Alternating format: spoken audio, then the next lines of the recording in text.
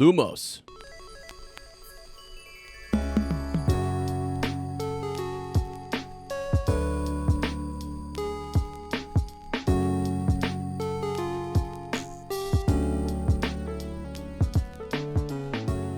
Hello, friends. Welcome back to Shell Cottage Radio. We're back, baby. I'm your host, Ezra, a.k.a. Bill, also known as Sir Ezra, the Watchful History of Magic Professor, the Flannel Wizard, obviously, yours truly, me.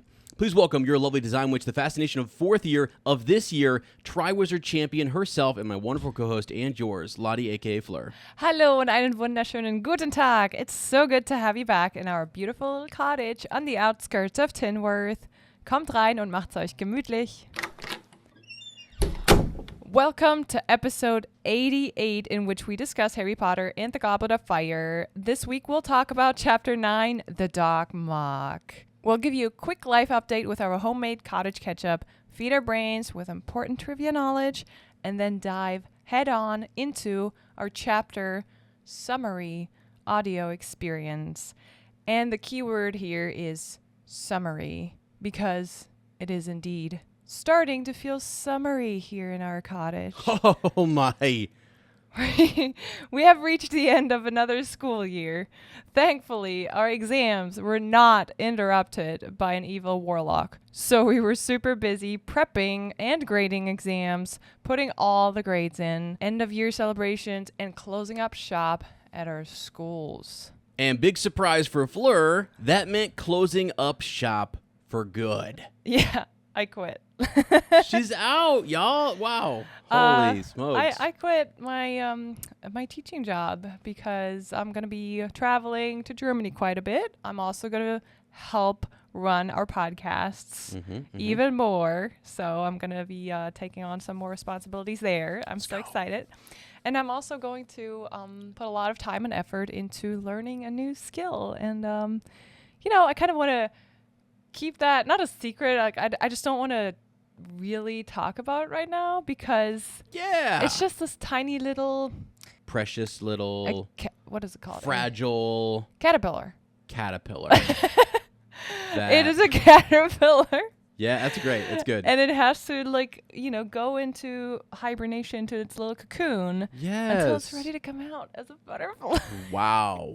It's a little caterpie and it needs to become a butterfly. Oh my gosh. I'm so excited to go on a new journey, having more time to pour my heart and soul, our hearts and souls, into our podcasting projects, into our YouTube projects, and into a new project that's coming up. So let's go. Lots of exciting things. And this is just, we're sharing just tiny bits and pieces right now, but I'm so excited to share more in the future. I'm pumped up because I don't always read the script that's written for me. Thank you, Fleur. And I didn't know that was all coming. I didn't know you were going to say any of that. So I am stoked as well. I am pumped. You get me fired up. Thank you. Good. Enough about me, though. How are you feeling on this beautiful summer day? Well, let me tell you, it's summery, that's for sure. Oh, my God. That's so bad. It's summery. I'm doing great. I'm feeling good. It is the start to summer. We are back. There is nothing. Let me do this, all right? There is nothing you can do to stop us. Not even a sore throat. Not even a sore throat. I might not sound like it, but first day of summer, of course, all that anxiety, not anxiety, stress. But like all that stress is catching up with you. The body's like getting into rest mode and then getting a sore throat right away. Yeah, the body's it's like, so we got some stuff going on, but it's exam week, so let's push it back until she's relaxing. Yeah. Once she's relaxing, we're going to release this up on her, all right? I think every teacher can relate, or not just teachers, sorry. Every person who's taking a break from their very occupying, stressful, hard jobs. Oh, for sure. They can relate. Yeah, once you go on vacation, that's when it hits, right? Sometimes, yeah. You're like, wow, okay, we're on the road trip down to North Carolina, heading to the beach, and yeah, you're sick. Sucks. Yep. Sorry, guys. Okay. Anyway, it ain't gonna stop us though. Nothing can stop us. Nothing can stop us is what we're trying to say to you guys. We are excited. We are pumped and ready to go. It's so crazy to me because for Lottie, there's a lot of change coming and there is a need for her to travel back and forth to Germany. That's, family reasons, personal reasons, and things like that. So I think it's a good decision for our family. Things all work out, you know. They all work out for a reason, and follow your gut, and I think it'll lead you in the right direction. And we feel really, really good about the direction that our family is headed right now. So yes, we are. And I did feel a little nervous when you're leaving a position, and especially when you work with kids. And I was very, very grateful that I got to work with wonderful kids this year. And my 8th graders are going on to high school. They graduated middle school, which was so exciting to see them, grow over the year. But I was nervous, when you leave a position. German teachers are a little bit harder to come by than French and Spanish, just because the popularity of the language is not as big. I guess I feel like could be in our country, and Spanish is definitely more useful. Right, it makes in our sense. country. So yeah, that's sure. the number one. But and then everyone thinks French is so beautiful or whatever. It is. I actually do think it is. Don't. I'm sorry. I'm not. Now I just lost all of our French listeners. Like I'm really sorry. What the ez? Are you serious? But I mean, come on. I'm sorry. I married someone from Germany, though, right? So, like, the German lingo sounds great to me. You could ask me, magst du Deutsch? And I'd say, yeah. Very good. Oh, yeah. On my last 2 days, Ezra was allowed to come see my students. That was cool. That was super cool. We had a surprise for them. We had a whole Jeopardy game prepared, and my students did so well, and they beat you. They learned a lot this year, so I was very proud of them. I was very proud of you too, that you were able to answer their questions in German. So it was all in all a very, very good experience, and my kids were stoked to meet you, meet the Herr Kirk. Herr Kirk, welcome. Yeah, I mean, they were like, so, I mean, it's so funny because I stood on one side of the room and you stood on the other, and I could just see one of your students in the back. She was just like, her head was bouncing back and forth like, as she was putting it together. As I came in the room, she's like, that's him. This is the guy. And I wanted to say, you know what, you little pipsqueak, I've been hearing your name all year long, and you've been driving my wife crazy. All right, so just sit down and pay attention. That was great. It was great. It was fun. But because you said everything works out in the end, that nervousness when you quit a job and you leave your position open, and you hope that somebody else, they find somebody to step in and do a good job, and they absolutely do. Like, there were really good candidates. They even had to make a difficult decisions because they had 2 very, very good new candidates coming in. What's a different word for candidate? I don't even know. Like applicants. Applicants. Yes, there you go. They're all off go. Come on now. But so that made me really, really happy, and it shows you in a good way that you're replaceable, right? Yeah. Things work out in the end, and we learned that probably things will work out perfectly for the next person who really, really wants that job. So things for us are falling into place. Things for the next person falls into place.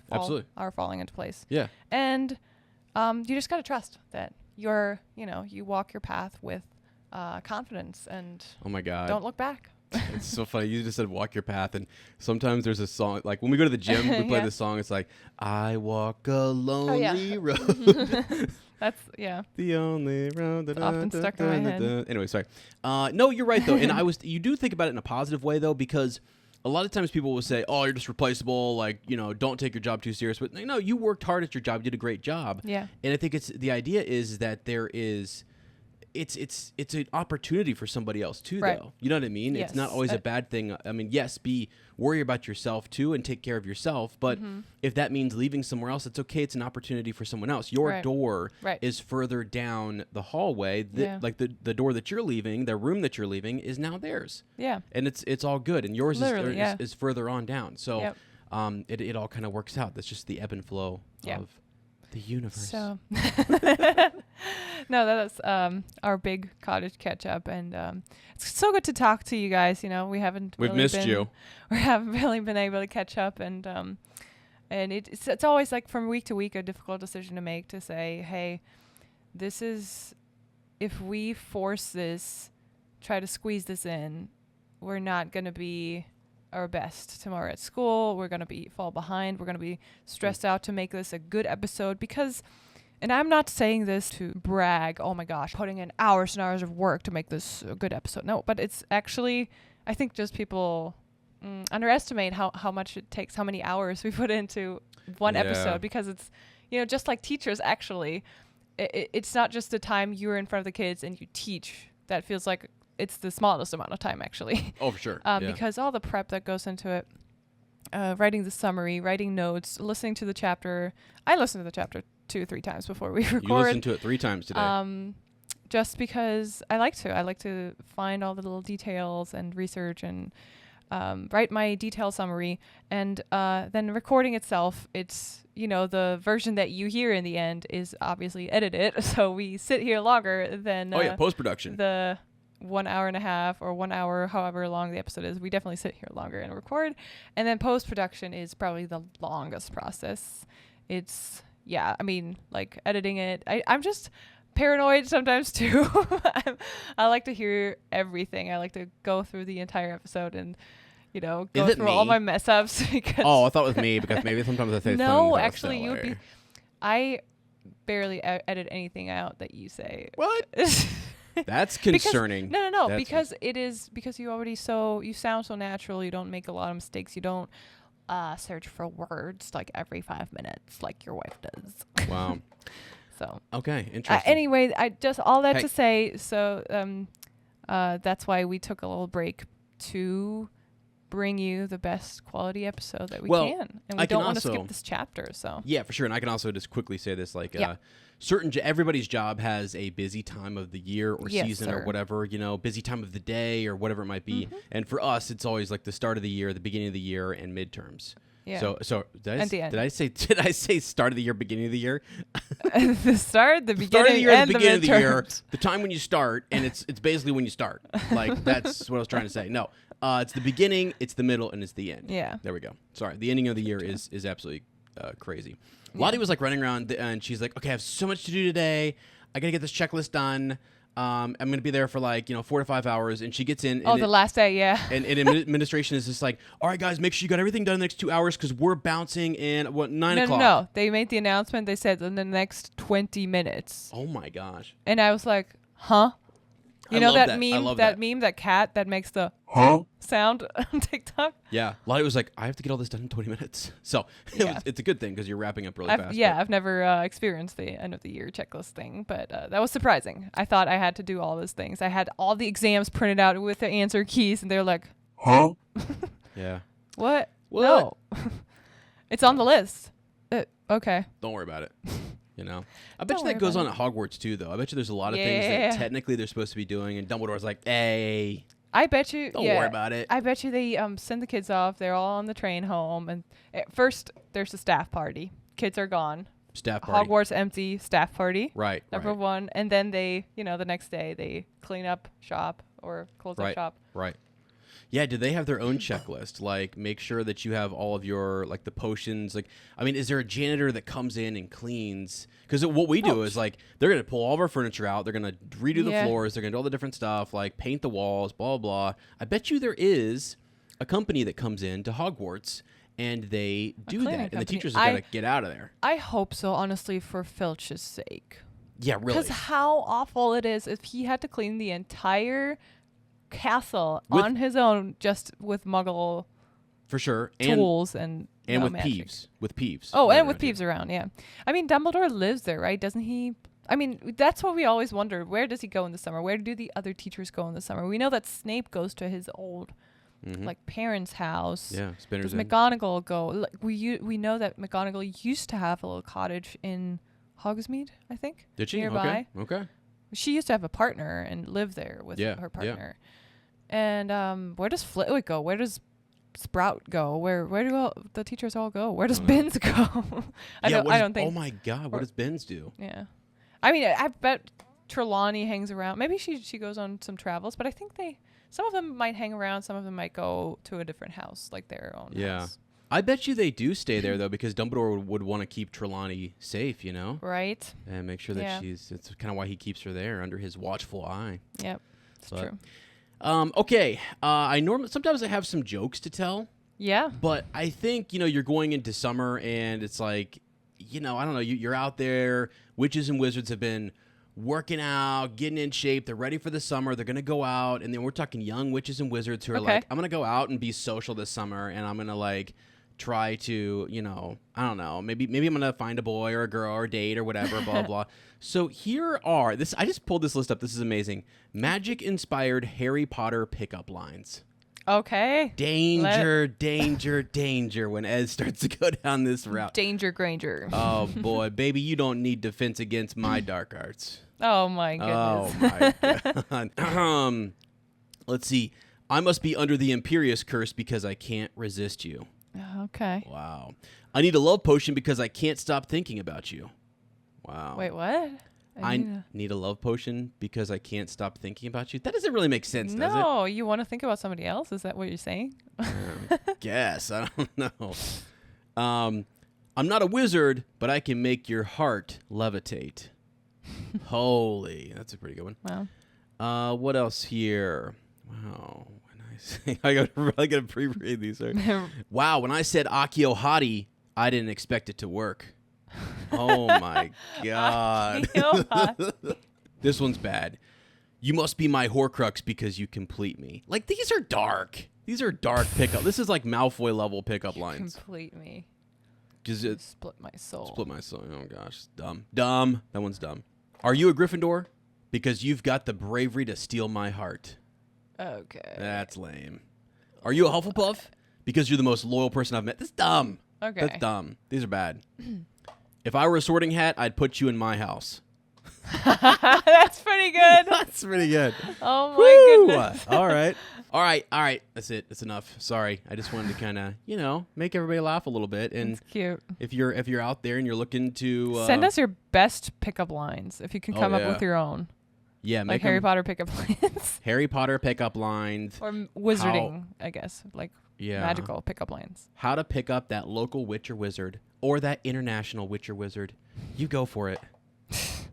Okay, sorry. Done. Oh, that's pretty good. Are you ready for some trivia? We have not trained our brains in a while. Actually, we have, but... I'm ready, though. You're ready? You ready? You're not in summer mode yet where you can't think anymore? I'm good. You Okay. can't stop me. Okay. It's 8.5 to 8.5. We're giving out half points. I forgot. How do we even remember the last... I don't even remember what we said last episode. I don't remember what I had to eat yesterday. I don't remember what I had to eat this morning. Okay, so 8.5 to 8.5. So we are tied as of now. Here is my question for you. And I hope it's okay that it's a Fantastic Beasts question. Sure. What is the name of Newt Niffler that we always see get in trouble in the movies? That Niffler has is very a name? fond of it. It has a name because, his Bowtruckle has a name too, Pickett. Mm-hmm. But I want to know the name of his Niffler. Whoa. Is it Jingles? Get it? No. His pockets are all jingling with all the change he's got. No, yeah, that would be funny. Mr. Jingles. Let me think. What Niffler? No. What does it start with? What's the first letter of the? You always do that to me. Yeah, okay, it's a T. T? Mm-hmm. Tibbles. No. Tiberius. Trevor. No. That's the toad. Trevor the Toad. Gosh, I have no clue. It's cute. It's Teddy. Teddy. Oh my gosh. Yep. I think I did know that. It's Teddy. Teddy. Okay. Teddy the Niffler. Right. So. Oh goodness. Give me your question, and then we have Trivial Pursuit. So, what is? Are you just coming up with a question here on the spot? No. Oh. What is the spell that you use to evaporate? Yeah, in this chapter, a right? spell that has been. I know you said it. It's a weird spell. Ooh. What is the spell? And it's basically the spell. I don't want to say it. I don't want to say. Diggory. I think he says prior incantato. So prior incantato is said, and then what is so that reveals the magic that had just the last spell that was cast by the wand. Yeah. And then this spell removes that ghostly kind of like shadowy Yeah. representation of the last Okay, spell. give me the first letter. D. Okay, hang on. And it's interesting because it actually I know. I remember. so simple. It's kind of it's not simple, but yet it's all. Once Yeah. you hear it, you're like, wait, what? Deletio. Just kidding. I mean, very close. I'm just kidding. Very close. What does he say? Let me think for a second. She's in her mind palace. Descender. And I thought she read this chapter 3 times. Just kidding. Gotta say, I came up with a good one though on the spot. Gotta say. So you did come up with that. No, on the I spot. thought about it when I was walking down the stairs, and then it's so funny our minds are linked because I'm walking down the stairs. I'm like, I need a trivia question. And you're like, I gotta get one more trivia question. And I'm like, I already thought that. So she's recalling her past lives where she's using the wand motion. I'm just trying to feel the energy when you want to get rid of that. Just Prior incantato. And once it's done, Mr. Diggory shouts. Delirio. Close. You want me to give it to you? Delirio. It's D-E. It's D-E. L. L. Delicious. No. Ready? Yeah. Deletrius. Deletrius. There was another spell though in this chapter that I thought sounded interesting. What was it? When they what was the spell? And this is not. Don't worry, it's not a trivia question. But when they, thank God. When Winky was stunned and they bring her back to life. Yeah, it's that something was like also a weird spell. something like invigorate, but it's not invigorate. Yes, that's what I thought. Yeah, invinerate or something like that. Yes, it sounds like Here innovate. Here it is. It's renervate. Renervate. Maybe I'm saying it wrong. RENNERVATE. Renervate. Okay. Yeah. Now we learned something. Both we Yeah. didn't get a point. That's fine, but we learned something. So Right. Diggory's over here doing spell work that we've not I heard know. of before. It's cool. So it's great. That's cool. Amos Diggory. Okay. Bless him. Interesting character. We're going to talk about him later. Okay, trivia question with the cards. Let's see. This is the juicy stuff where we can actually get points because those questions are easy, right? Okay, These questions are so easy. Here's a card. You go first. It is, what is this color? Pink? Yeah. Is there pink? Mm-hmm. What potion is used to force someone to tell the truth? It is Veritaserum. Veritaserum is correct. For a second, I was blanking. I was like, what is it? Veritaserum. Yay! Point for me. So that's 9.5 for Lottie. Yeah. And then I'm gonna... What's that, green? Oh, yeah. Oh. Ooh. I'm sorry. You got one of the hard questions. Son of a... Which committee in the Ministry of Magic sentences Buckbeak to death? How does this game jump from like It's who's the main chance. character? Okay, it's just chance. Who's the main character of this show? Harry Potter. Cedric Okay. Diggory. Who are his friends? Name one. Ron. Okay. Name the committee that was sentenced Buckbeak to death. So it's something about the committee would be the regulation of magical creatures. The word creatures is in there. It's the committee for the disposal of harmful creatures.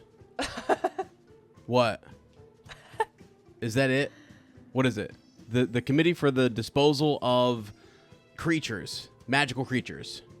I mean, I'm harmful. so I'm that close. excited that I'm going to give you the point for that because basically what one version you said means that.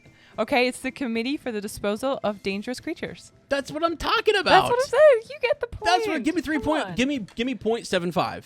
Let's start doing. No, we're not doing that. We're tying.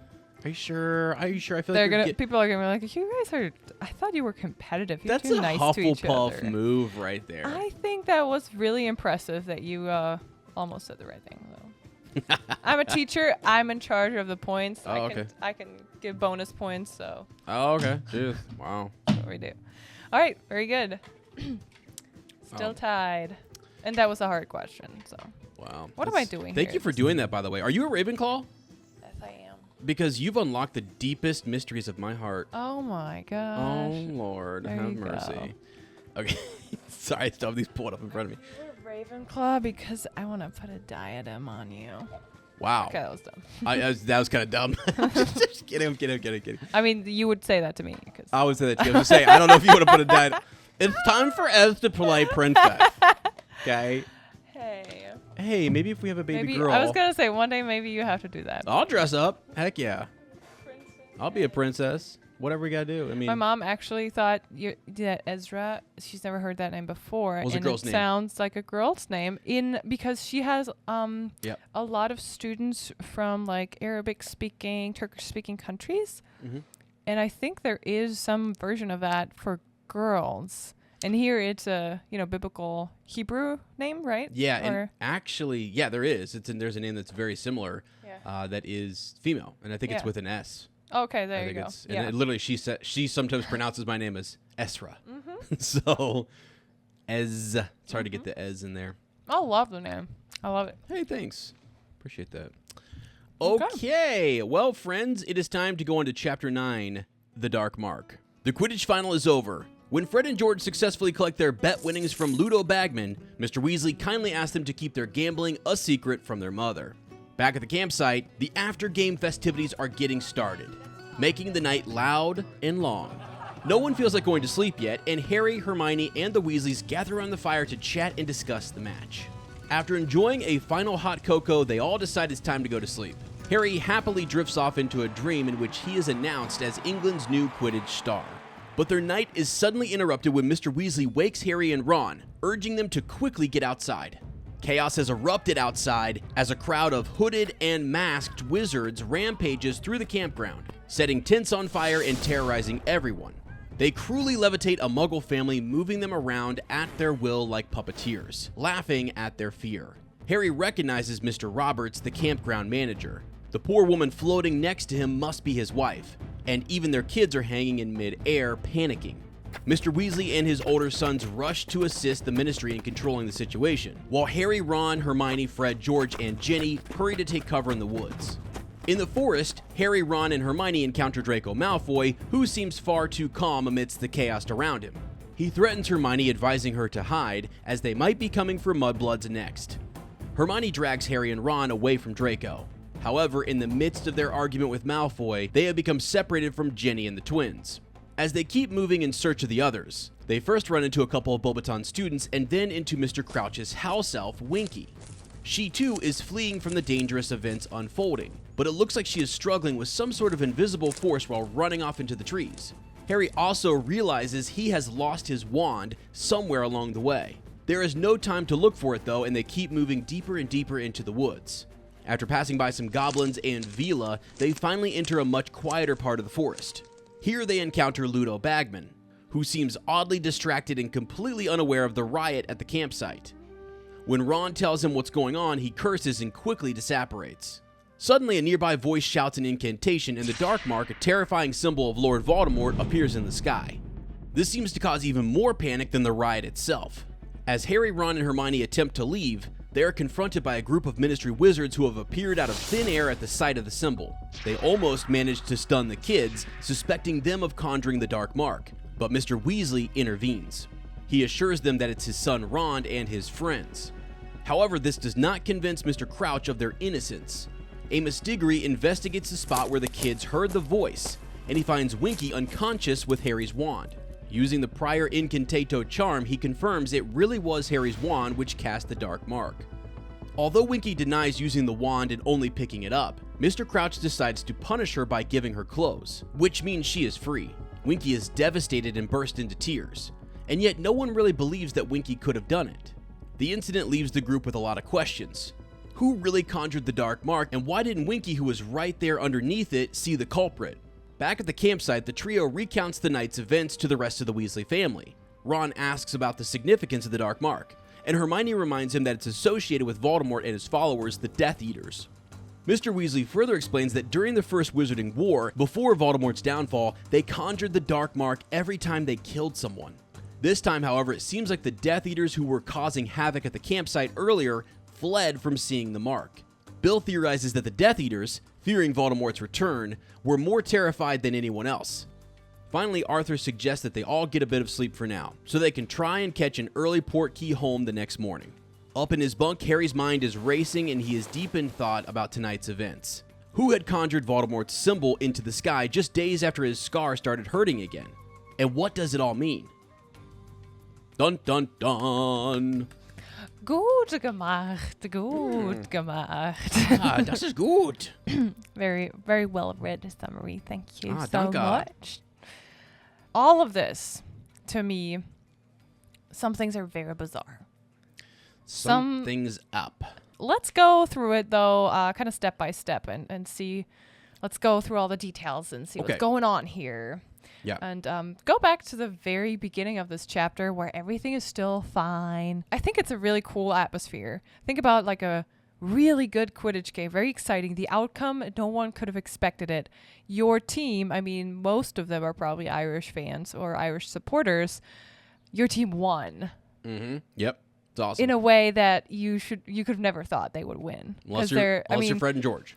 Right. Unless you have the power of foresight. But I mean, this whole game, think about it. The Irish have been scoring goal after goal after goal. So they were already throughout the game, everyone was like cheering this whole time because their team was winning. And then all of a sudden Crumb catches the snitch and everybody within seconds has to do the math. Like, did we win? Did we not? What happened? No one knows what happened. So it's just over very quickly. And everyone just seems to be in a good mood except for Ludo Bagman, who's lost quite a bit of money, I think, tonight. Our group, the Weasleys and Harry and Hermione, they walk with the rest of the people. You know, everybody's kind of walking out the stadium, walking down the path back to the campsite. And the Irish are singing, and nobody really feels like going to bed. It's weird, you know, when you have that adrenaline in you and excitement, and you have to process what happened in this game. So they sit down and just have a cup of cocoa and talk about the game. And I think Mr. Weasley and Charlie, or one of the older Weasley boys, they talk about cobbing in Quidditch and argue about it. Cobbing? I was like, what is cobbing? Cobbing. It's a common Quidditch foul that consisted of the player using their elbows excessively to hurt an opponent. All players can commit this foul, and in this game specifically, Ireland was awarded a penalty because the Bulgarian keeper Zagraf had cobbed mullet an Irish chaser. So it's one of the most common fouls, I guess. Like we see the Slytherins in the movies all the time. They do that, right? They're cobbing all the time. Mm-hmm. They're getting their elbows out. Yep. Yeah. I mean, in basketball, we do it too. Get this guy out of here. Is it a foul though? Oh, totally. Yeah. If you elbows, I mean, you're not supposed to, but like you can use your body to box out, you know, and you can use your arm and stuff. So when you're going for a rebound, though, I mean, sometimes it's a dirty play, but people will stick their elbow. Don't really see it in there. They'll jut in underneath your arm and try to get you in the ribs or whatever, and it causes you to pinch down. And That's then mean, so then it for a moment you're not braced, and then they'll use their body to box you out. It's just See, that's the thing. I've always been thankful that in volleyball you don't have that, you know, contact with your opponent. Hey, you guys stay on that side. You guys stay over there, and we're gonna stay over here. Okay, that's our side. That you guys stay over there. Okay. So, do they have that in football? Are you allowed to do that in football? Like when you're allowed to tackle, right? It's different. You're hitting it. You can use your elbows, hands, forearm. Elbow, I mean, you're not allowed to like use it to strike somebody in the helmet or to like. But I mean, honestly, it's all about taking somebody down, right? You want kind of. But here's the thing. Running. Here's the thing. I mean, some of you guys who know football, if I'm a defensive end, I'm gonna go into some coaching mode. Yes, for please. A second. If I'm the defensive end and I see the tackle in front of me and he's blocking down and he steps inside away from me, I have outside contain. That's my role. Yeah. I kind of know that if he steps down, I know a blocker is coming from my right. I'm thinking from the left, on the left side here, and what you're taught to do is essentially step down and close the gap with your elbow. You're taught to step down hard with your elbow inside to meet that blocker and shut that. He's trying to create a gap between you, the defensive end, and the defensive tackle. And so you want to step down hard, close that gap so the running back can't get in there, and keep your outside shoulder free so you can attack north and take out that running back. Gotcha. So there you go. There's one instance where you use the elbow. So cobbing is allowed in football. It is taught. Step down. And again, you're really just trying to use your shoulder there to, like, you know. Right. Yeah, but you're not like trying to elbow the dude in the stomach or whatever. I mean, I don't know. Makes sense. Yeah. So yeah, the atmosphere is still exciting, still full of adrenaline, full of like this, you know, happiness about the win, about the victory. And they finally go to bed when poor Ginny, just is so tired. She just falls asleep and her cocoa is spilled everywhere. They all sit by the fire and then they call it a night. And Harry drifts off to sleep, just dreaming about, and I think this is also something we can relate to, right? Dreaming about he, as a Quidditch player, wants to be a professional just like Crumb, and being announced in front of thousands of people as, you know, I give you Potter. I actually had a dream, and I've never played soccer before. But when we had the World Cup in 2006, and this is crazy, this is before most of my students, I mean, none of my students were born back then, but 2006 was the World Cup in Germany. They hosted it in Germany.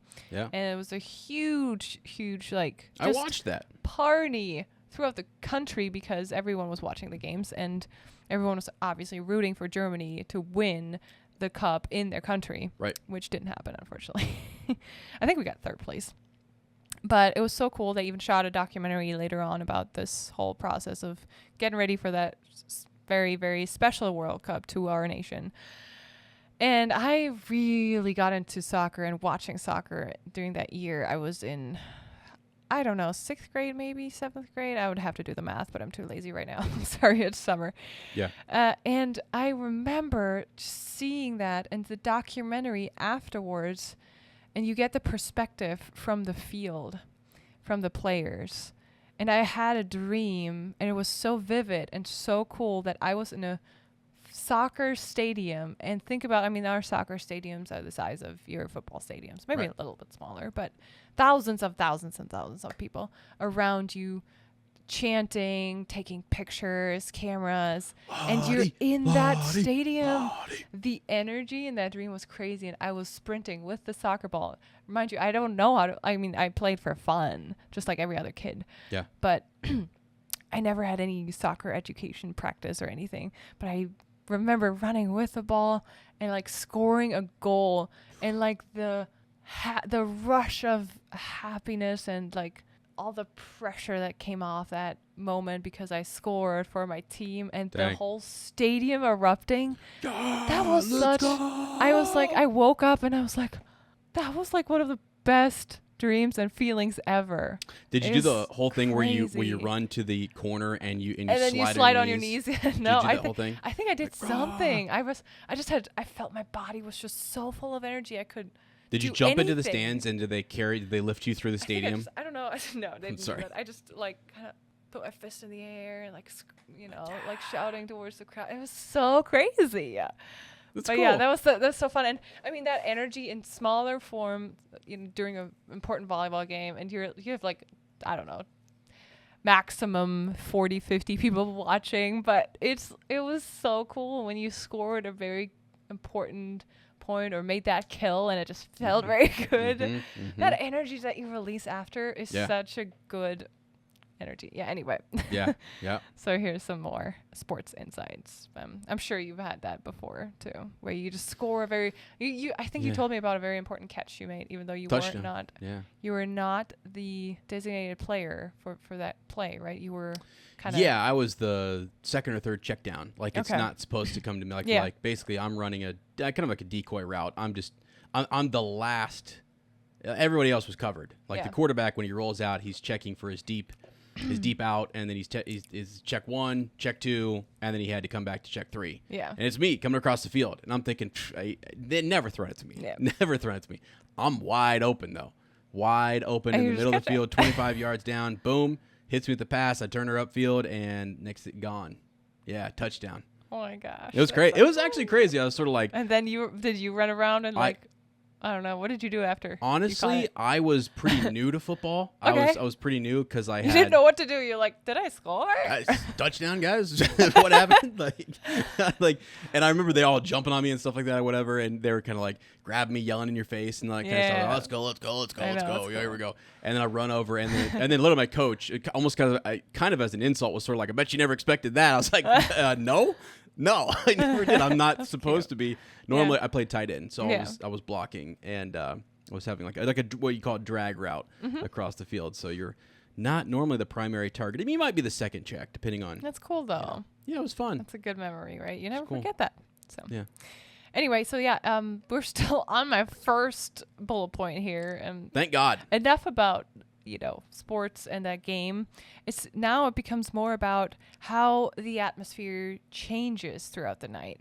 And Harry, I think, drifted off into a very deep sleep, and he's woken up from that deep sleep. And that's something we all have probably experienced before is like when somebody shakes you awake and you're coming out of deep sleep. You don't know what's going on. You don't know where you are really for a second, right? It's disorientating.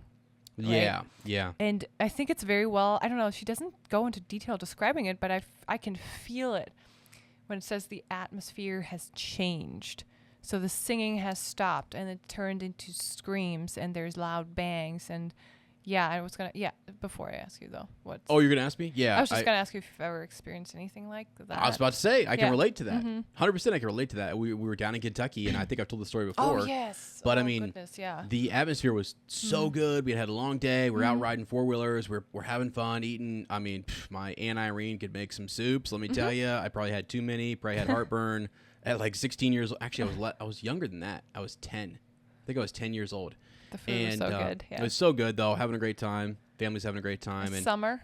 Like a good summer day? It was spring break. Spring break, okay. Spring break, and we were down there, and I had just drifted off to sleep with my sister in the back room of this. It's a trailer. They just had a trailer, and all of a sudden, my cousin Mark comes running in. And he's like waking everybody up. Yeah. So kind of like Arthur coming in, waking you, get up. Yeah, no time to put your clothes on. Yeah, you start to kind of go like, I mean, I had enough time to grab a shirt, throw it on, and that was it. Shoes out the door because we're asleep, and he kind of knew. Well, like flash flood was happening. So then we get outside and we are on the side of a mountain all night long.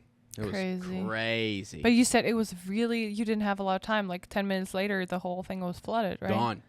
Yeah, had we waited 10 to 15 minutes longer.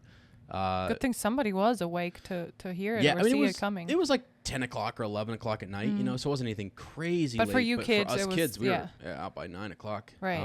And so it was wild. But yeah, I get that. Like that's what's happening here, right? Is they're going to sleep with the happy feels. Super pump on a super high, right? And then Arthur. I mean, they even let him stay up and have an extra hot cocoa. Yes. Right, so good. It's Jenny falls asleep and just splashes on the floor. Yeah. So cute. I know. I love though that actually, as this whole event has gone on, Arthur comes in super trying to do things like Muggles would do, not raise alarm. As the night goes on, he's using his wand to clean up the hot cocoa. They're in full kind of wizard mode. By the end of this chapter, he actually uses his wand again. He uses magic to disassemble the tent. He'll actually take it down by magic instead of where they raised it manually. Yeah. And by the end, it's like, we got to get out of here. Yeah, Sorry, priorities no time. have shifted. Yep. Right. So it's a good sort of change in tone throughout the whole chapter. But, interesting. Several chapters. Very good. The whole, like we said, the whole scene has shifted, and it's very bizarre to me because I'm like, the way it's described here, how many Death Eaters are there? And how can they just get away with that? Like the thing, even Ron, when they get out the tent and he sees what's going on and they watch for a second, they watch all these people coming towards them. They have masks. Like, first of all, it seems like it's not a planned event. They were just having a good time on their, like, what they, and for them is a good time, right? The Death Eaters or former Death Eaters. Having probably too many drinks and just thought they would have some fun. How come like they carry their masks around with them all the time so they could go on a raid like Well, that? Or I think they did plan it. so you think they came there with the intention to do that? Yeah, I think or they conjured masks or something. Could have, that, yeah. I know, mean, yeah, they're it's- wizards. they're- Are you a witch or not? Well, I mean, in the movie, it's kind of They cool. get the mask. It's kind of cool the way Voldemort can remove their mask Yeah. with just like his hand, and it's like Yeah. this dust, Yeah. sort of like it's almost like they Interesting. There's a spell, There's a like spell. beneath it or something. Like, yeah. that covers them. Mm. But I just think they're together, and so like, well, we'll see how it goes, and if Ireland Yeah. doesn't win, maybe we won't. I don't know if they're more Irish or if they're more bunch of Bulgarians there, or there's a Oh, mix, that's it. Though, aren't the Death Eaters? I mean, I don't know. Good thing you point that out, though. I mean, it's an international gathering. Does Voldemort have followers in other countries? Sure. I mean, Karkaroff, right? Yeah, Karkaroff you're is, right. So, Because it seemed like he was more feared just in Britain. Mhm. It was, But it's he's, almost like once Sirius was across the border, they were like, okay, it's another country's problem. Yeah. We don't talk about it anymore. Right. Grindelwald always seemed more of an international sort of threat, whereas Yeah. Voldemort seems sort of localized. And I think that's when I ask on the shorts some of the great debates about who's more powerful or more Yeah. influential or whatever, people always say Grindelwald. Yeah. Because I would say they're right. Yeah. he was on an international stage versus this was something more localized. But I still think he had a lot of followers from other countries, and also it's a time to recruit other people. People who maybe were worshiping or following another dark wizard from South America show Yeah. up and they're like, "Oh, so you guys are into the dark arts too? Cool. What do we do here? Oh, all right, let's have fun with that." I mean, there's a similarity in terms of all of their morals and what they are interested in. And the trouble Right. they want to make, you know what I mean? So it's sort of like when you go to another country and you want to get in some trouble, Yeah. you can find other troublemakers Yes. who want to you're drink right. and And party and do unfortunately, stuff. every country has problems or has to fight far right political, Yeah. movements. For sure. And those, even though they are in different countries, they probably have very similar, like you said, very similar views. Yeah. And that's why, this could be a reason for why it seems like there's so many of them. Because in the movie, it feels like we only have like a group of like 10, maximum 15 people, maybe. Right. But it seems like the way it's described here, it says Harry watches how more wizards were joining the marching group, laughing and pointing up at the floating bodies. Tents crumpled and fell as the marching crowd swelled. Once or twice, Harry saw one of the marchers blast a tent out of his way with his wand. Mhm. Several caught fire. The screaming grew louder. I mean, honestly, I feel like it's almost played down a little bit later, the scene here. Because what Yeah. they're doing to the muggles, it's like I mean, sorry to say this, but it's like a little terror attack. Because they're torturing the muggles, first of all. Yeah. It's disgusting. They're Right. turning them upside down. The kids are floating there panicking. Yeah. It makes me want to really it's gross. throw up. It's even Ron says this is sick. It's bad. Terrible. Yeah. Disgusting. And think about they're blasting tents out of the way. And I thought about this for a little bit. Okay, like some things like, what happened to Dudley seems for muggles like awful, like with the tongue and everything. Yeah. For us, it's not reversible, right? But setting a tent on fire, you feel like, okay, you just kind of swish your wand and extinguish the fire. But what about wizard kids? What about mommy and daddy went out to see some friends? They already put their kids to bed, and some Death Eater sets the tent on fire. Like, that's what I think about is Yeah. So just I don't think. awful. Yeah. Right. It is awful. What they're doing is terrible. But you just brought up an interesting thing. Yeah. You just brought up something really interesting. Okay. These muggles were not necessarily, maybe they were, in mortal danger, Yeah. possibly. But they're definitely being abused. They're definitely being kind of like taken advantage of, harassed, assaulted, all of that. But again, I always bring up Dudley because in an indirect way, you could say it's an accident, but there was intention behind the twins dropping that, True. right, to assault him. Which is also Hagrid, not cool. Hagrid intentionally assaults Dudley. So Dudley's been assaulted twice. And we kind of, I haven't, I'm just going to go on record saying I have not brushed over that, and I'm not saying you have either, but I'm just saying, like, we bring it up, because then you get to a scene like this. The reason it's not really, it's downplayed, like you said, is because I think they don't really think there was any mortal danger to them. They were just toying with them. It's sort of the same thing with, like, look, with Dudley, we can reverse that. It's okay. We can modify Mr. Roberts' memory. We have this. It's abuse of power because we're able to correct things and set things right. We can pay them some money. They'll be fine. And those people never ask for that. They never ask for you to do that. You shouldn't have done that in the first place. It's wrong regardless. Whether you can remedy it or not, it doesn't matter. So that's kind of how people in power roll. And honestly, most of the witches and wizards in this series, they are in power. And they know, hey, it's reversible. We got it. They don't know that. Like the Dursleys don't know that. Exactly. The Roberts don't know that in this situation. And then there is, I don't know, have people studied the effects of that memory charm on? Look at how loopy Mr. Roberts is. You took days away from him, right? He thinks it's Christmas. Right. Probably. I know it's like, it's meant to be kind of, there are messages and morals, and I know J.K. Rowling does. When we get to the elves later on, we get to sort of politically and socially what she's trying to say with that group. Issues, right? Yeah. And then how you deal with those and whatnot. She's trying to put in subtle messages here and stuff. But anyway, the whole point is that, it's downplayed because they're causing a bit of trouble. They're just causing some issues. And then it's not until somebody dies that people are like, oh, now you've crossed the line. Especially in the wizarding world, it's sort of like all things can be sort of reversed and taken care even of. like bones, broken bones can be mended in seconds, right? There's less consequences. The consequences are not as serious as they would be in the Muggle world. Yeah, and your point is definitely emphasized later when Hermione is like communicates her worries about the Muggles, that she feels bad. What if they can't get them down and stuff like that? And Ron's like, oh, they'll find a way. He's very much like, they'll be fine. And Hermione is the one who's not from a wizarding family who's very concerned. Because, she thinks about her parents. What if her parents came with them and they decided to torture them?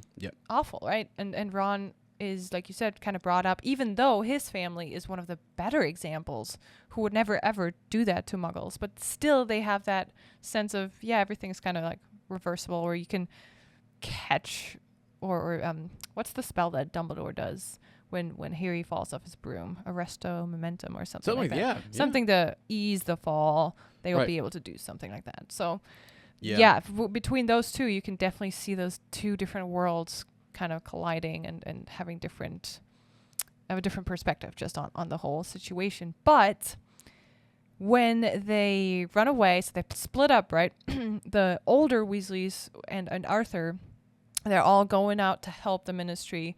And Ginny, the twins, and the trio, they're running the opposite direction into the woods to take cover.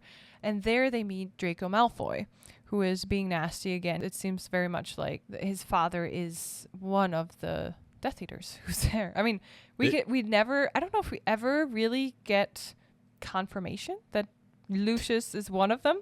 Yeah. But what I actually get back to Draco. What I actually wanted to say is they see all of a sudden a green light, flash of light. Yeah. And that means someone's trying to kill someone. Right? Is there other spells that emit green light?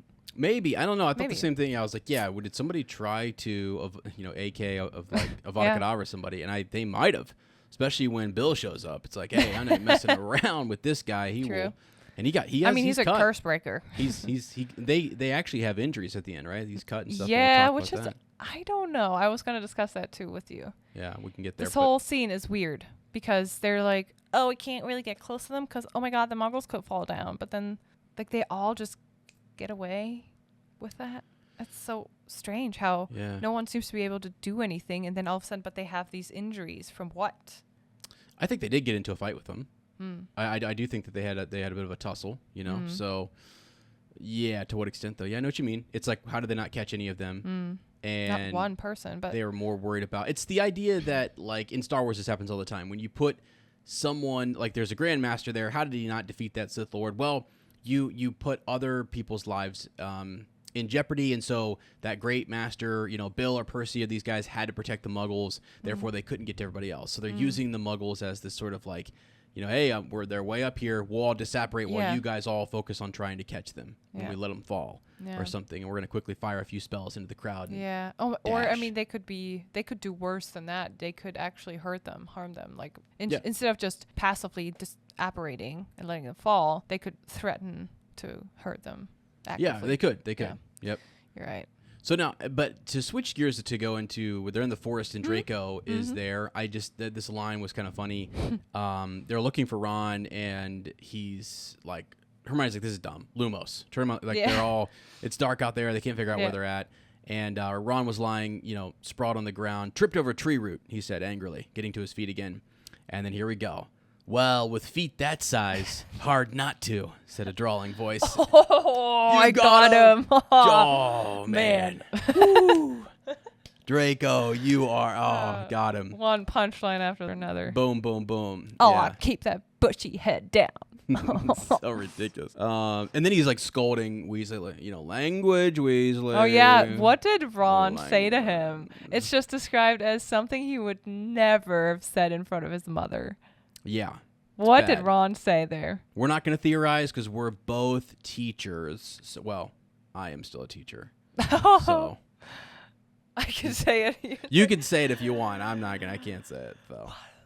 What the blah, blah, blah, blah, blah. Anyway. Blank, blank, blank. Beep, beep, beep, beep.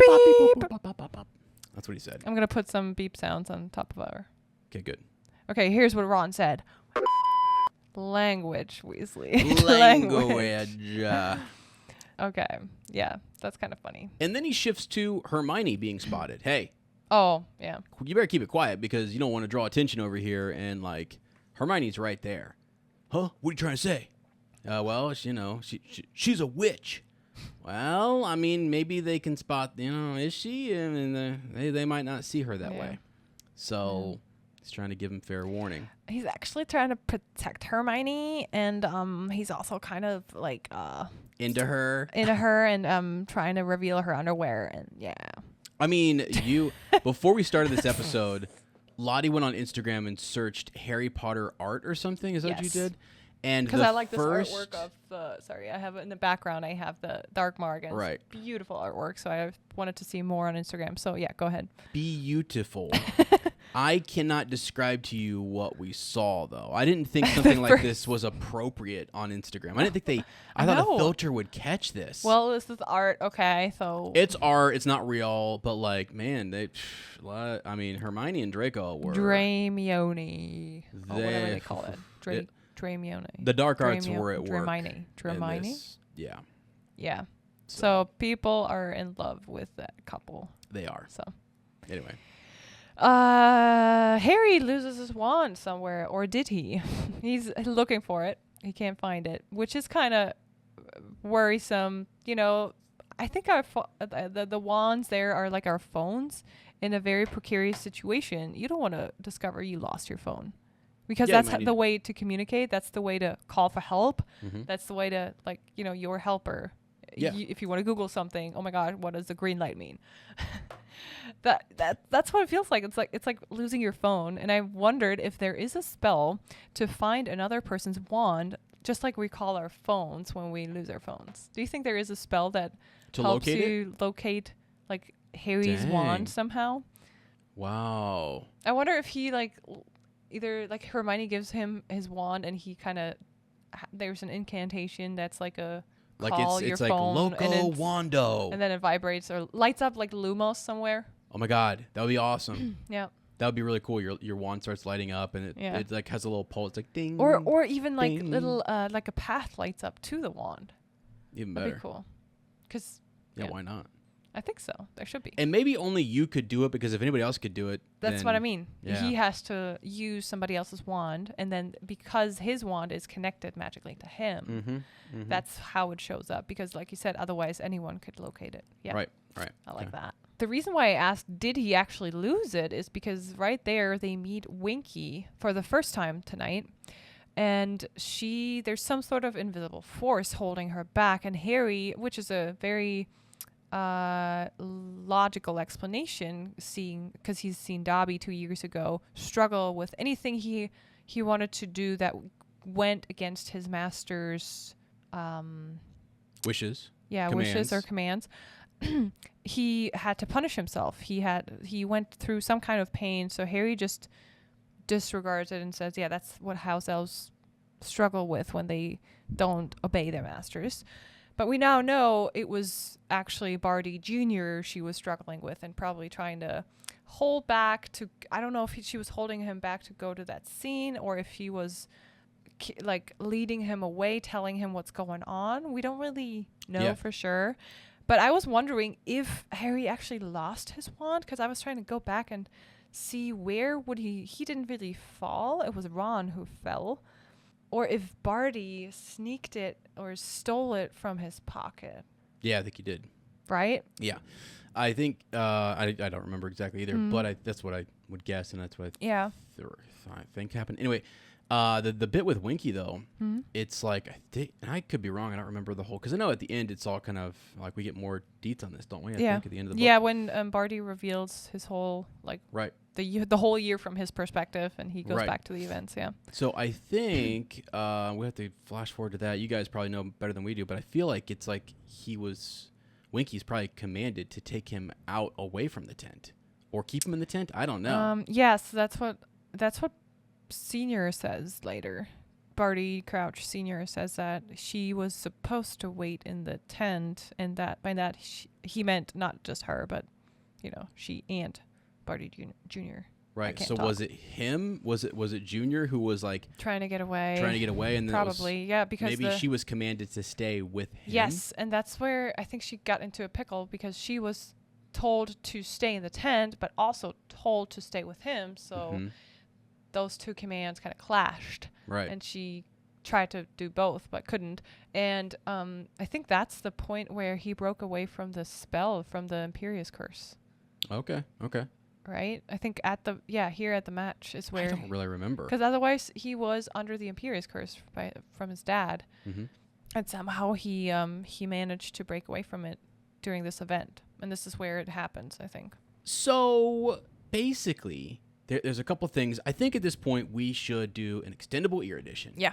I just found out 2 extremely crazy theories associated with, number 1, how did Barty Crouch Jr. break away from the Imperious Curse in this moment, in this chapter? Yeah. So we'll table that. We'll do an extendable ear edition. It's wild. I love it. I mean, no, it actually blew my mind. I'm like, that's a short. I'm making that a short right afterwards. Yes. The other one that I forgot, and this is, again, have not read this all the way to the end. And that's sort of the disadvantage that we have. It's been so many years since we've read this that I kind of forget stuff that had happened. But Barty Crouch Jr. steals that wand at the Quidditch match in the top box. Already. Forgot about that.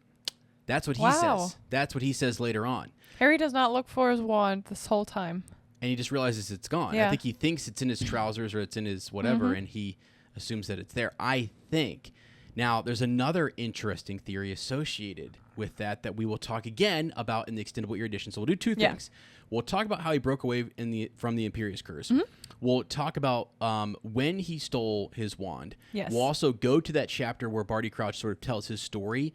And for you guys, as we march through this, I think Lottie and I are going to flash forward, and we're going to analyze that chapter a little bit, come back, and then discuss like what's happening right now here in this chapter with that knowledge, because it's not fresh for me, and I want to go sort of make sure that it's like solid in my mind before we move through the rest of this book, because it's super important, and there's things that you'll kind of catch.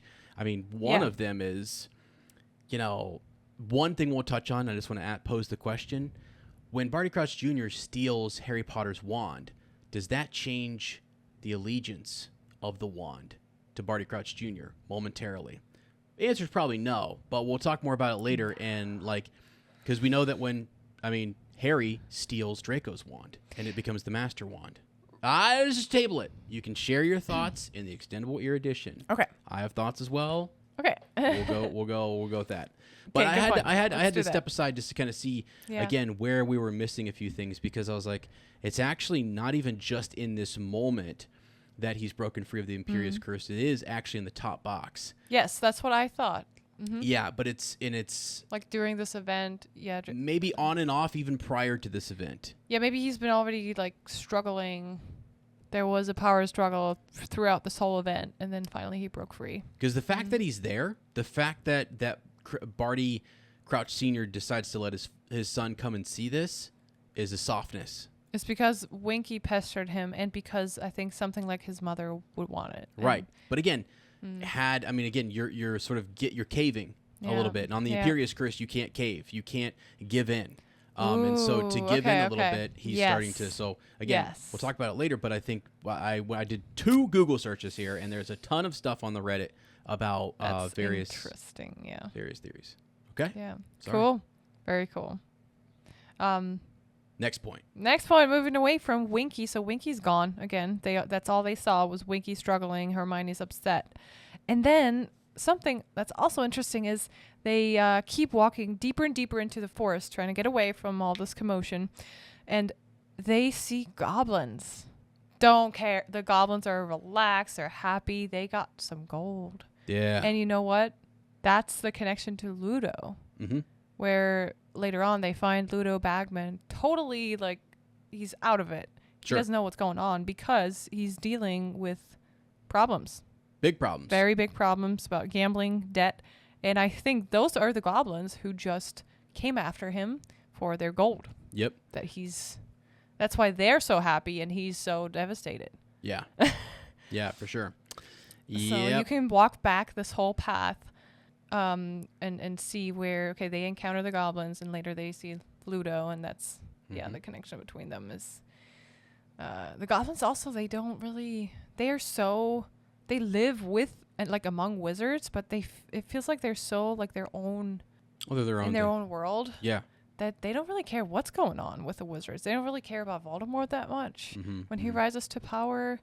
Yeah. And it might be interesting to really finally finish the story of Hogwarts Legacy and see what's going on with the Goblin Rebellion there. We're doing that this summer. Yes, we are, for sure. Well, I would say, in my comparison, in Lord of the Rings would be sort of like to the dwarves, who are always mining and craftsmen. They're very much sort of like the goblins. They have their own skills and powers, Yeah, they also don't really meddle in the affairs of men or elves and such. They keep to themselves, right? And they're sort of like, hey, whatever. We're going to do our own thing inside of this mountain. Right. Not worried about you guys out there, okay? We're inside here. Yeah, and it's actually the wizards who came to the goblins and probably asked them, hey, can you, like, you're really good with gold and all that stuff. And I don't know. They probably helped build Gringotts. Yeah. And it's one of the oldest buildings in Diagon Alley. So I feel like that's where the true connection between goblins and wizards came into effect, like where they really started working together. Yeah, they pass by these goblins. They pass by some Vila and some guys who are trying to impress the Vila, like Stan Shumpike, who will later on, I think the next book though, will be caught as, like, they think he's a Death Eater. Yeah. Which is interesting because then you can go back and feel like, oh, did he have anything to do with it? No, he's just there with his friends, having a good time. Yeah. And I think they don't even know what's going on in the campsite. They're just here meeting these Vila in the woods. I don't know. What were they doing? I mean, no clue. But Ron, it's funny because Ron seems to be way more affected by the Vila than Harry, because Harry helps Hermione kind of drag him away from them. And Harry is actually the one who, we see it through his eyes, because he was going to turn around to Ron laughing, trying to tell him that Stan is definitely not going to be the next minister, but he's just a conductor at the night bus. And Ron himself is trying to impress the Vila here. I forget what he was trying to say. He invented a broomstick that can fly to Jupiter or something like that. That would have been a good trivia question. That would have, yeah. Which planet did you think he could get to? Yeah, Jupiter. Yeah. Jeez. And then they run into Ludo. He's again out of it. He doesn't know what's going on. And then Ron tells him, and he quickly he's like, damn them. And then he disapparates. We don't know really where he's going, if he's going towards the commotion or away from it or what he's doing. But definitely Hermione and the others, they realize he's not really on top of things. This guy is not who we saw earlier, this bubbly personality who's just happy to be there and excited for the game. And no, he's definitely has a darker side to him. Yeah. I thought also what we would do too, just to kind of give you guys, since we're back in summer mode here, and I'm just going to pile on some work for us. Love it. Also break down go from right here all the way to the end of Ludo Bagman's story. So I like these because they stretch you forward in the reread, and it allows us sort of what we did with the Harry Potter Hangouts that we did for a while. Yes. Which is to go to different places in the reread and challenge us to jump around. Because I think it would be cool to see, he just goes on the run later on. And we could do a full little, just a quick one. Just a quick, 10, 15 minutes on Ludo and talk about his whole story. Yeah. Because and again, like imagining reading this book for the first time, Ludo would have been like one of the major suspects, right? When you read this chapter and this whole thing is a mystery, who conjured the dark mark? This all doesn't make sense. Like you're trying to put the puzzle pieces together. And I think one of the people a reader might definitely keep an eye on is Ludo Bagman, because he acts so suspicious. And how he just disapparates and comes back again and is like, Winky couldn't have done that. I don't know. He's just weird. He's weird. Yeah. He's strange. Yeah. My students would say that he's sus. Yeah. Very sus. Very. I mean, now we know he's just in trouble with gambling and stuff, but he has been accused. I think we discussed that in last chapter or 2 chapters ago. He's been accused of being involved with some Death Eaters to some extent. And meanwhile, you've got Barty Crouch Jr. actually just over on the tree line watching everything. True. Just chilling. He has Harry's wand. He has his wand under the invisibility cloak. And it's like McGonagall says, why is it always you three? Why are they always close to the trouble? Yeah, to trouble. But this time, it's not a coincidence. Do you think it's a coincidence that Barty is right next to them, conjuring the dark mark, or did he follow them around? Did he intentionally follow Harry Potter and then came up with the idea? Oh, I should conjure up the dark mark to kind of scare them away. Yeah, I don't know. I think it's sort of just a moment of it's a final defiance as he broke free. Yeah. I think subconsciously he's, whether it's Winky or him or whatever, they're headed towards the forest. Is it to follow Harry Potter? I don't know. Is it to do anything right there? Not sure. I think it's more for cover, and he's not. And to get away from his father. Yeah, he definitely doesn't want to be out in the open if his father catches him or anybody else. But then he draws attention to himself when conjuring the dark mark. Can't help it. These bad guys do things like that. That's what they do. So he just, boom, blasts it in the air, and he then pops, disapparates. Gone. Yeah. So drops the wand. Interesting. Yeah, why didn't he take Harry Potter's wand with him? Yeah, what could he have done with it? I mean, Voldemort, that's the wand who kind of protects Harry throughout the whole, the next 4 books. Dang. He could have taken it right there. He could have, but then he uses... Harry's blood later to bring himself back, so he can touch him, but he really couldn't hurt him. Theories. Crazy. Okay. Anyway, 20 stupefies showing up here. Time. This is conjured. The dark mark is conjured in the air. Hermione and Harry, they all hear it. They hear some sort of like... Mors Mordra. Yeah, whatever they say. I've never known. I was like... Yeah, it's out there. All right, here it is. Dark mark.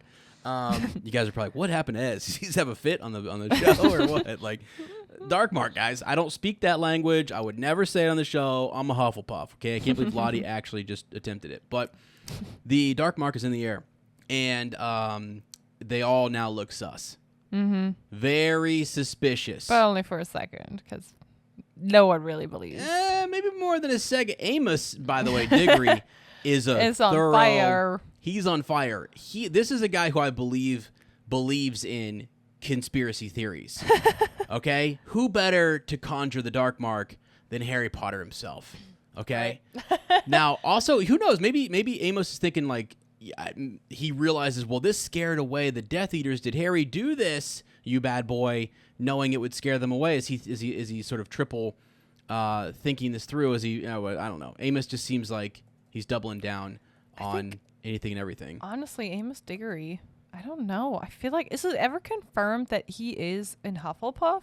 Because I feel like yes. here, to me, He's a Puff. he's a Gryffindor. Look how brave he just goes on and goes to the place where the Dark Mark was conjured and where Hermione points at where the voice came from. Okay. And he's Guys. like, I got it.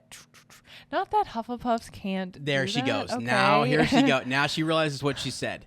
She realizes that she basically said that Bill would not walk into a dark, creepy forest and confront the Dark Mark. She's right, but also the way publicly, he talks to I would. Okay, all right. If we're just talking about it theoretically, I would. Now, have I had dreams about dark, scary forests and things? You know, it's stupid to go into a forest like this. Okay, it's scary. No, but also the way he treats Winky, and it's not very kind, you know? Like, Hufflepuffs are kind. The Dark Mark has been cast in the sky. This is not a time to negotiate, all right? This is not a time to be a Hufflepuff-ish. I just want to know if it's confirmed, okay? It is confirmed. He is an absolute Puff. Okay. It's just, in my, headcanon confirmed. What? Do you think it's going to say he's a Gryffindor? It's not gonna No, say I don't that. think so. I just wanted to know if it says unknown and it's up to our imagination. Yeah. I don't see it anywhere, so. British wizard lost their son. Spoiler. Blah, blah, blah, blah. Want, Patronus, occupation. It doesn't say it. Say it out loud. Not on the wiki. Yeah, I couldn't, like, here on the spot, I got the signal from my husband. Hey, we're like, we got to go somewhere tonight. Guys, we actually do have she somewhere spent to go. 25, okay, in post she spent 25 minutes looking up. No, it was like, is Amos Diggory in Hufflepuff? it was like 2 minutes, okay? But 25. I could not find it in the wiki, so you guys let me know, do you think he's a Hufflepuff or is he actually a Gryffindor? There you go. I hope you put this to a poll and you get 0 votes for Gryffindor. That is how ridiculous and absurd this is. I will post the poll. Okay. Back me up, guys. Back me up. Well, once they hear that the poll has already been posted and it's too late. So you can't influence them right now. Okay. Anyway, Mr. Crouch is actually acting weird himself. So he doesn't accept. He's like, he found Winky. He can't believe that. And then he goes to the place where they found Winky himself and he searches. And everyone is like, Mr. Crouch, don't worry. There's no one else there. Yeah. But he keeps searching because he knows, where is my son? Yeah. He's looking for his son. Yeah. Here's kind of a sad connection. Crouch Sr. and Amos Diggory both lose their sons to the dark arts. Dang. They do. Dang it. Ooh, they do. So sad. It is. Sorry. But, man. Yeah. Just ticks me off to have both these guys right here. And, I mean, they're both dads, doing their thing and 2 different stories for their sons. Yeah. Right? I've seen the meme before where it's like Crouch Sr. spent so much time in his career hunting down the Dark Lord that his son decided to join the dark arts so his father would start hunting him and find him. Yes. Yeah. I had that somewhere in my notes, actually, that he didn't get his father's attention. So to get his father's attention, he had to become a Death Eater. Yeah. It's nuts. That's so sad. I mean, it probably is true. Yeah. And sad. Anyway. Yeah. Sorry to bring that up, guys. Sorry. Yeah. Back to the Dark Mark. Oh, this is a sad chapter, by the way. And spooky. Poor Winky, this whole time she's sobbing. She didn't know what to do. She really, she's like, Winky's a good elf, She's trying to do the right thing. She's trying to do what she's been told, but she's been, she's been given 2 commands that you can't fulfill at the same time. Like, stay at the tent, stay with Barty Jr. Don't tell anybody about... Oh, my goodness. Yeah, they're all like, okay, if Winky is innocent, but she has the wand, and she was right there, she must have seen the person who did it. And she's, like, looking from person to person until she sees Mr. Crouch, and she's like, Winky didn't see anybody. Dang, dude. And she did. She had to lie because she was commanded to lie. She's still upholding all of that, right? And so once it's out, well, I mean, he could have gave her clothes right before that, and she could have just told the truth. Right. All right, but instead, Like, he It waited is until she said it all, and then now she's... still kind of outrageous. Two things. So, first, Crouch says, don't, I know you probably want to take Winky and question her. Well, yeah, she is a major witness to this crime scene, and actually it is a crime to conjure up the Dark Mark. And he's like, because he's such a high-ranking ministry worker, he's like, yeah, I'm gonna take care of her myself, blah, blah, blah. And she's just an elf, and she's my elf, so I have the right to take her. And Yeah. But then so first of all, that's not okay. Mm-mm. They should be able to question her. Yeah. And where is, we don't really have an equivalent to what we call the police, because I feel like Aurors are not exactly the same as the police. Mm-hmm. And where is that entity who would take care, investigate this crime scene, investigate and question suspects and witnesses? No one. It's just like, I'm taking her, bye. Or, the Death Eaters, they just disapparated. Okay, whatever happens. Thankfully, we're all safe, right? Nothing happened. It's just a couple of muggles who got hurt, whatever. Like, what? There's no real law enforcement. I mean, magical law enforcement, right? There is such a thing, but I don't know. It feels very random and feels not very well organized, not very objective, very corrupted. Yeah. And It's honestly, one of the things, too, when you read this and you think about the witches and wizards in the wizarding world, it's much smaller in terms of, like, the number of people. True. And their society is much smaller. So, are there actual, law officers out there patrolling with their little badges and stuff? No, not really. I mean, no. They're at the Ministry of Magic. You can see them guards, right, guarding different places and stuff. But, yeah, you're right. It's different. I know they do go on to investigate this, and they're still trying to kind of, like, in future chapters, we'll hear Arthur talk about updates from all the fallout that they had with this particular event. But yeah, Barty's also a top dog, and it's kind of like it's what they do sometimes, which is, hey, leave it to me. Let's sort of brush this over. I mean, I hate to say it, but if you're like a police officer or some of those other people who they get to kind of choose what they investigate, like, hey, am I going to give you a warning this time or not? They have the option to give you a warning for a ticket, okay?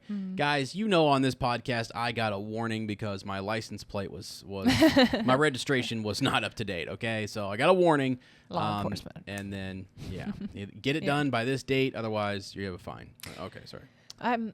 Just last point towards that law enforcement thing and investigating.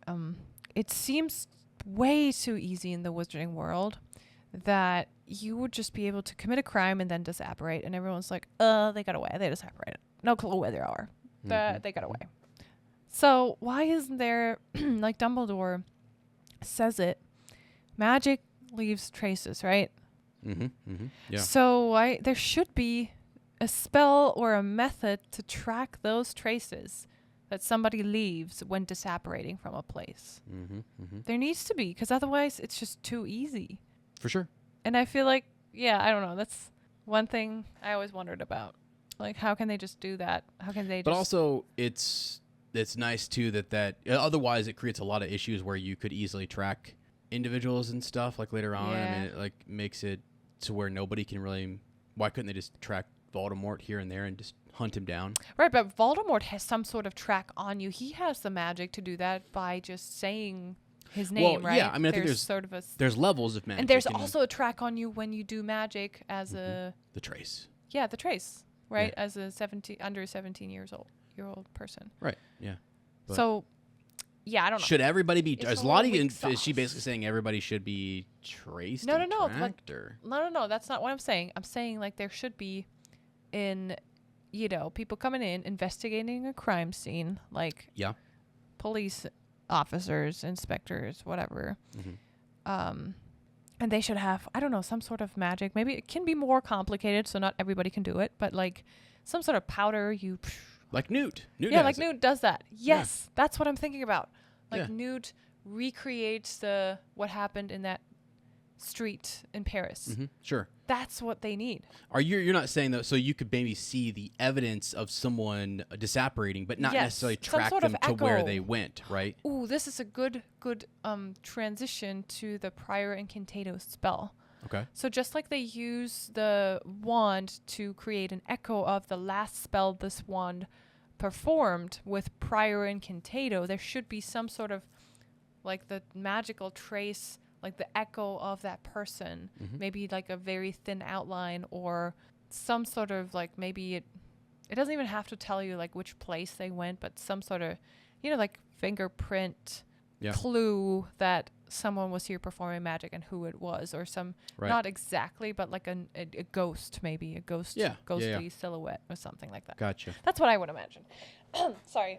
Long story short, they have some major issues in their law enforcement in the magical world. And people have actually argued why they don't use this spell, prior incantato, more often to get evidence for like Death Eaters, what kind of spell did their wand perform last? I mean, Sirius Black is the main one, where it's sort of like exactly. Nobody took his wand just to check. No. What happened there? And it seems like a spell that even Amos Diggory can perform. Not that Amos Diggory is great, but like like a normal ministry worker can do that spell. It's not that complicated. There is a little difference between, if you're wondering, because I didn't know that, there is prior incantato, which is what Amos does here with the wand, and it only creates this echo of the last spell that we see here. And then there's priori incantatum, which is a little bit different because that's something that the wands themselves create. Right. If they're brothers, like Harry's and Voldemort's wand, and they duel each other, the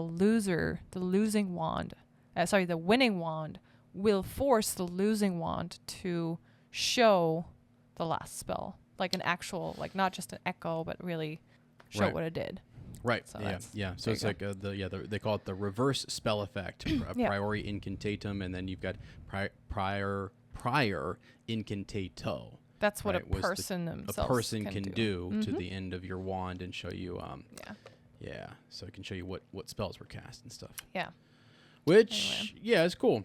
But again, there's tons of theories about like why couldn't they have used that more? Why didn't they? Part of it is when you go into an investigation, you think about all the crime scenes we have in real life where evidence shows up years later. Oh, we forgot to do fingerprinting on that, or well, we didn't notice that was there, or you collect a bunch of data and then you still have human interpretation of the data, and there's human error in terms of data that was collected or not collected, or who thought to do that and didn't think to do it. Right. All those different things. So you have good investigators and mediocre investigators and bad investigators. Yeah. So True. And very interesting how Mr. Crouch just reminds everybody that he has nothing to do with dark wizards, right? Listen here, guys. When it comes to the dark arts, I'm out, all right? I'm the opposite, okay. That's not me. I am not hiding my son at my house. I didn't break him out of prison. Blah, blah. I didn't fake my own son's death. Trust me, I'm out on the dark arts. He so says, like when he says, Amos, you just suspected the two least likely. Like he puts himself into the same category as Harry Potter, basically. Yeah, and the weird thing is that truly, I think he believes that, and that was him, and that always has been him. And it just sort of comes down to, like, what would you do for your loved ones? Yeah. I asked Lottie as we were coming in, I'm sort of like, hey, look, let's imagine that you're Mr. Crouch, and I'm, let's put your, no, sorry, you know what I'm saying? You know what I'm saying? You know what I'm saying? Let's imagine that you're a high ministry official, you're a witch, and I'm your husband, and I did something bad, right? Oh, yeah. And, what would you do to help me out, right? Yeah. You're like, I'm against the dark arts. Unless I'm breaking my husband out of prison, okay? Trying to keep this guy up. Just kidding, you guys. Obviously, it's a terrible thing. It's a terrible place to be in. Like I none of us like thinking about that. Which is like, what if your children go off and do something awful and terrible like that? Like it's again, you do Mr. Crouch, you do the best you can, man. I know he's in a very, very tricky position, right? So he has his, flaws. I think the thing too in our society, like I look at my students all the time, and I'm just like, man, thank goodness there's a grace period where you're learning, kids are saying stuff they shouldn't say, and you figure it out. There, we've seen it. I'm not saying we tolerate it. I'm saying you hold a high bar for those kids, but grace and growth, it's all part of the human experience. And there's so many times where I've seen kids say stuff that I'm like, Wow. You would not, I mean, 20 years from now, they're going to look back and think like, I don't, we black it out. We block it out of our memory. None of us, like, it's cringy for any of us to think back to like, what were we saying at 14? Oh gosh. Jeezy cow, man. Don't want to know. Don't want to think about it. But anyway, and he was young. He was the youngest Death Eater, actually, I think, during that time. Yeah, he was. Pretty young. On a positive note here, kind of, I really like when they all go back and kind of recreate the events and they're on their way back to the campsite. Hermione again brings up the issue of how badly elves are treated. And I like how Arthur, he's just so positive and kind. Great. And it's like, I agree with you, Hermione, but this is not the place right now to discuss that. But I agree with you. Like, he acknowledges that. And the way he talks to Winky, he distinguishes himself a lot from the others who talk to Winky because he addresses her. And she is just as jumpy and scared at that because she's not used to that, right? It's like Dobby, who's amazed that Harry Potter says, you can sit down. Yeah, right. And he's like falling on his knees crying. Right. Yeah. Can't believe it. Yeah, it's just so like Arthur is such a high caliber person, and I love the Weasley family so much. Me too. So me too. I was glad that line's in there because it's basically like, hey, Hermione just needed someone in there to acknowledge that that not everybody just ignores this the is issue not normal, here. right? Yeah. Like, you guys see this too, right? And it's like, Hermione, we do, but we're all life-threatening situation here. We're all trying to just get some sleep, get out of here. We'll deal with it later. We can't change anything about that right now in this moment. So yes, we're with you, but there will come a time and a place where we'll address it, and it's just not now. So yeah, wild. And interesting. One last thought that I just had. Yeah. How we see Ron not being as compassionate sometimes as his father. You know, like as like he just dismisses the issue, but a lot of things he doesn't really know, and also he's young, and he was brought up mostly probably by his mother.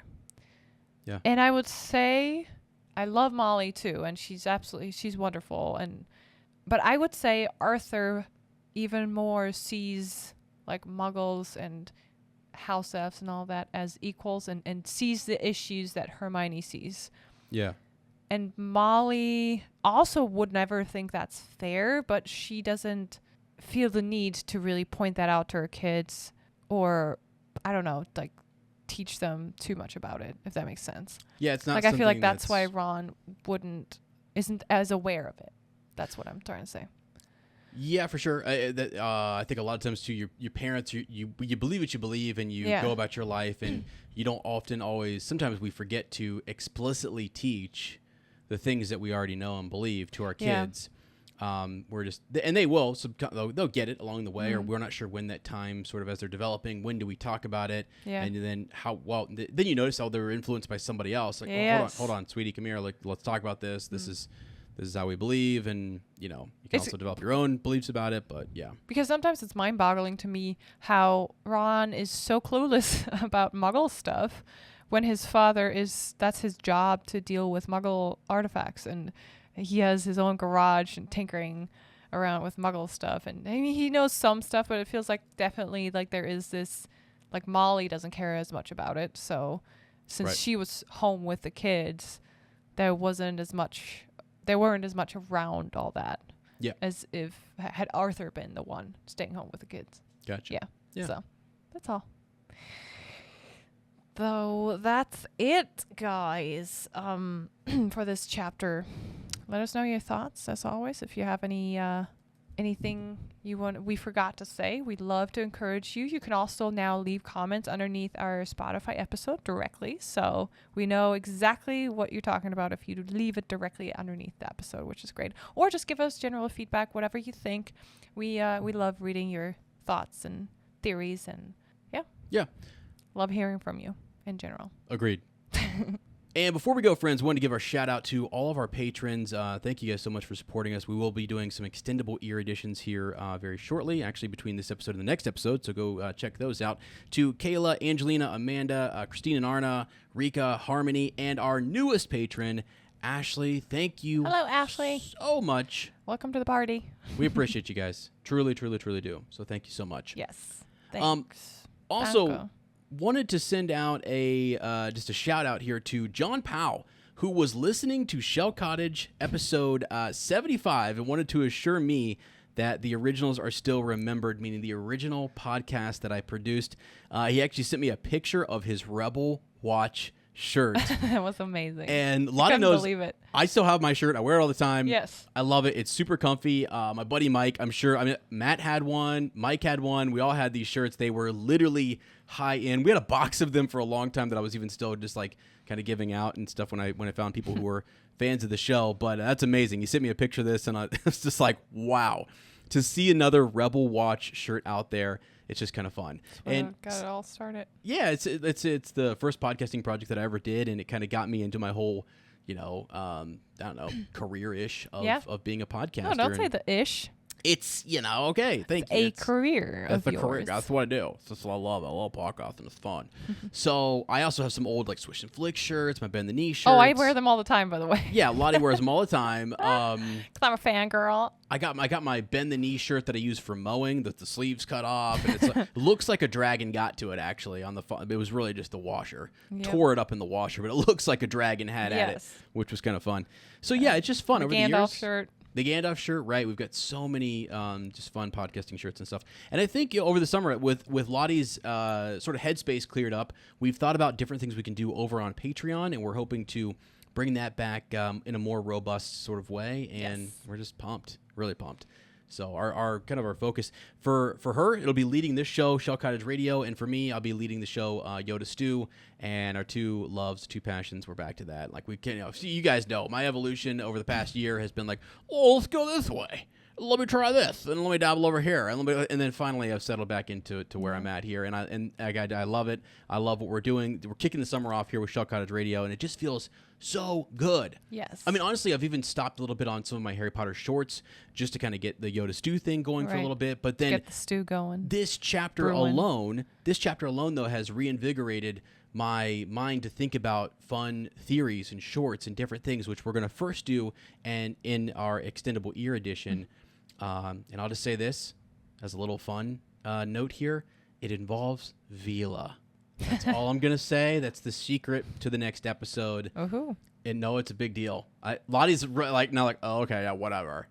Oh, it's huge connections to what we're going to talk about in the extendable ear edition. Okay, friends, again, thank you guys so much. Appreciate you. Ashley, appreciate you for joining us over on Patreon. Anybody else want to join? Hit us up over there. We'll start. We're gonna have a lot of fun content coming, and maybe possibly some hangouts, some shirts, some gifts, and so on, whatnot. All right, that is all for this week. Thank you guys for tuning in to Shell Cottage Radio 94.7 COZY. We hope you're going to join us in the future. We thoroughly enjoy meeting new, positive, keyword positive, Potter people that don't behave like babbling, bumbling bands of baboons. Baboons. Wow, that sounded dark. That was an evil baboon. Gee, wow. What is wrong with you? It's my throat. Okay. Oh, wow. I'm like Professor Trelawney, was like coming out of her trance when she makes that prediction. She's like, right. And doesn't she? It feels like she pulls something. Wrong, dear? Who's the person that pulls something out of their mouth? Never mind. I'm done. All right, moving on. I feel like there's a fandom that we watch where somebody's coughing and they like they pull something out of their mouth. It was Radagast. Radagast in The Hobbit, he's like something on my tongue, and he pulls out this like branch or whatever because he's in the woods. Sorry. Remember when Radagast? What was it? I thought he was like, oh, it looks so cool, like his whatever. Did I think it was snow or branches or like something growing? You're like, that's bird poop. It's bird poop. You thought it was. It could also be a combination of like sap as well from a tree or something. I don't know. I thought it was. But there's something a nest. Different. Yes. There's birds up there and under his wizard cap, and you're like, oh my god, look, his headdress is so cool. Like, kind of, what is that? I'm like, that's crusted bird poop. But like, oh, it's so cool. Yeah. Oh my god, can you please do that cosplay? Let's do it real. Let's make a real version of you at Radagast. All right. Thanks again. Don't be baboons like us. All right. Yes. If you don't miss out on the next episode, like us. then make sure that you subscribe. Make sure you're subscribed. Click the subscribe button to the podcast. Leave us a review. Thank you for everyone who has done that. And follow us over on social media. Where, by the way, on social media, at fleurandbill, there are tons. Lottie always does I want to point this out because go check it out. Please heart the story if you get a chance. When we post a new episode, she has been doing these really cool kind of little experience. It's like a 15-second experience, but there's like motion and there's this visual thing, and It's you're just like, fun to play around, yeah. it's cool. It's high quality. I love it. Thanks. And it's like artsy, and it gives a cool little 15-second experience. Dankeschön. You're welcome. Okay. If you really, truly, absolutely enjoy our content, then consider, for just a second, supporting our growing Wizarding family on Patreon or Apple Premium. You'll find all the links down below. Thank you so much, Danke, to all our current patrons. Like we said, we appreciate you to Luna and back. On our next reread episode, we will discuss Harry Potter and the Goblet of Fire, Chapter 10, Mayhem at the Ministry. So make sure to tune back in next time, and until then, have a great rest of your week. Thanks for joining us in our shell cottage today. We know it's not much, but it's home.